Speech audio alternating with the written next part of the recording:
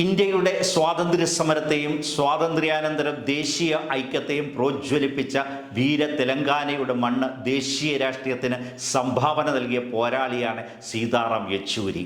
ഹൈദരാബാദിലെ ബാല്യ കൗമാരങ്ങൾക്കിടെ പഠനത്തിൽ മികവ് കാട്ടിയ അദ്ദേഹം CBSE പരീക്ഷയിൽ രാജ്യത്ത് 1ാം റാങ്ക് നേടിയ വിദ്യാർത്ഥിയായിരുന്നു. സ്വദേശമായ ഹൈദരാബാദിലെ ഉന്നത പഠനത്തിലും ആ മികവ് തുടർന്നു. അതിനിടയിൽ പഠനത്തോടൊപ്പം സാമൂഹിക രാഷ്ട്രീയ പ്രവർത്തനങ്ങളിലും സജീവമായി. 1969 ഡൽഹിയിലെത്തിയ അദ്ദേഹം അവിടെയും പഠന മികവിനൊപ്പം വിദ്യാർത്ഥി രാഷ്ട്രീയ പ്രവർത്തനത്തിൻ്റെ ഭാഗമായി. 1974 വിഖ്യാത വിദ്യാഭ്യാസ സ്ഥാപനമായ ജവഹർലാൽ നെഹ്റു സർവകലാശാലയിലെ വിദ്യാർത്ഥിയായിരിക്കെയാണ് SFIയുടെ പ്രവർത്തകനാകുന്നത്. 1974 SFI അംഗമായത്. വിദ്യാർത്ഥിയായിരിക്കെ അടിയന്തരാവസ്ഥക്കാലത്ത് ഒളിവിൽ കഴിഞ്ഞു. അതിനിടെ 1975 അദ്ദേഹം അറസ്റ്റ് ചെയ്യപ്പെട്ടു. രാജ്യതലസ്ഥാനത്തെ പ്രമുഖ ഇടതുപക്ഷ ക്യാമ്പസായിരുന്ന JNUവിൻ്റെ വിദ്യാർത്ഥി യൂണിയൻ പ്രസിഡന്റായി തെരഞ്ഞെടുക്കപ്പെട്ടു. 1978 SFI ജോയിന്റ് സെക്രട്ടറിയും തുടർന്ന് പ്രസിഡന്റുമായി. അടിയന്തരാവസ്ഥയ്ക്കെതിരായ പ്രവർത്തനങ്ങൾക്കിടയിലെ ഒളിവ് ജീവിതവും അറസ്റ്റും കാരണം JNUവിലെ ഗവേഷണ പ്രവർത്തനം മുഴുമിപ്പിക്കാനാകാതെ പോയ വിദ്യാർത്ഥി കൂടിയായിരുന്നു യെച്ചൂരി. ഇന്ത്യയിലെ വിദ്യാർത്ഥി പ്രക്ഷോഭങ്ങളുടെ പുഷ്കലകാലത്ത് രാജ്യവ്യാപകമായി സഞ്ചരിച്ച് സംഘാടനവും സമരങ്ങളും ഏറ്റെടുത്ത അദ്ദേഹം പെട്ടെന്ന് തന്നെ CPIMൻ്റെ ഉന്നത ശ്രേണിയിലെത്തി. 1975 പാർട്ടി അംഗമായ യെച്ചൂരി 1985 കേന്ദ്ര കമ്മിറ്റി അംഗമായി. CPIM സ്ഥാപക നേതാക്കളോടൊപ്പമായിരുന്നു അദ്ദേഹം കേന്ദ്ര കമ്മിറ്റിയിൽ പ്രവർത്തിച്ചത്. 1992 പോളിറ്റ് ബ്യൂറോയിലും അംഗമായി.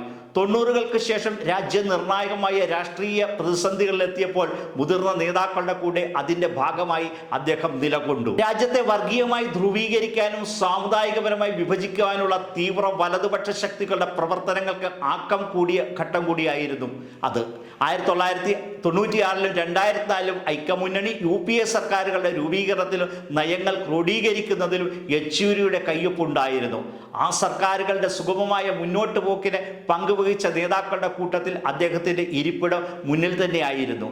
2005 മുതൽ 2017 വരെ രാജ്യസഭാംഗമായിരുന്ന അദ്ദേഹം ശ്രദ്ധേയമായ പാർലമെന്റേറിയനുമായി. വർഗീയതയ്ക്കും വിഭാഗീയതയ്ക്കുമെതിരായ ദേശവ്യാപക പോരാട്ടങ്ങളെ സമാന സ്വഭാവമുള്ള കക്ഷികളുമായി ചേർന്ന് നയിക്കുന്നതിലും യെച്ചൂരിയുടെ പങ്ക് നിസ്തുലമായിരുന്നു. രാജ്യത്തെ കമ്മ്യൂണിസ്റ്റ് ഇടതു പ്രസ്ഥാനങ്ങളുടെ മുന്നിലുള്ള വെല്ലുവിളികൾ കൂടുതൽ രൂക്ഷമായ ഘട്ടത്തിലായിരുന്നു 2015 സീതാറാം CPIM ജനറൽ സെക്രട്ടറി ആകുന്നത്. കേന്ദ്രത്തിലും പല സംസ്ഥാനങ്ങളിലും വർഗീയതയും ജനവിരുദ്ധ നയങ്ങളും മുഖമുദ്രയാക്കിയ BJP അധികാരത്തിലെത്തിയ ഘട്ടം കൂടിയായിരുന്നു അത്. അതുകൊണ്ട് ഇടതു പ്രസ്ഥാനങ്ങൾക്ക് മുന്നിലുള്ള ഉത്തരവാദിത്വങ്ങൾ കൂടുതൽ വിപുലമായി. ഇടതു മതേതര പ്രസ്ഥാനങ്ങളുടെ യോജിച്ച വേദിയും പോരാട്ടങ്ങളും അനിവാര്യമായപ്പോൾ ചില പ്രതിസന്ധികൾ ഉണ്ടായെങ്കിലും രാജ്യത്തിൻ്റെ നിലനിൽപ്പിന് വേണ്ടിയുള്ള പോരാട്ടങ്ങളെ നിയന്ത്രിക്കുന്നതിൽ അദ്ദേഹം ഉറച്ചു നിന്നു. മതനിരപേക്ഷ ശക്തികളുടെ യോജിച്ച പ്രവർത്തനത്തിലാണ് ജനങ്ങളുടെ പ്രതീക്ഷയെന്ന നിലപാടുമായി വ്യത്യസ്തമായ രാഷ്ട്രീയ ചിന്തകളും പലതരം നിലപാടുകളുമുള്ള കക്ഷികളെ യോജിപ്പിക്കുകയെന്ന ദൗത്യത്തിലും അദ്ദേഹം പങ്കാളിയായി. അത്തരം പ്രായോഗിക നിലപാടുകൾ സ്വീകരിക്കുവാനും ജനങ്ങളെ യോജിപ്പിച്ച് മുന്നോട്ട് പോകാനും ശ്രമിച്ചിരുന്ന നേതാവായിരുന്നു സീതാറാം യെച്ചൂരി. പുതിയ കാലത്തെ വെല്ലുവിളികളെ നേരിടുന്നതിനുള്ള കരുത്താർന്ന പോരാട്ടങ്ങളിലും യോജിപ്പുകളിലും കൂടുതൽ അനിവാര്യമായ ഘട്ടത്തിലാണ് അദ്ദേഹത്തിൻ്റെ വേർപാട്. വലിയ നഷ്ടമാണ് വിട, പ്രിയ സഖാവേ.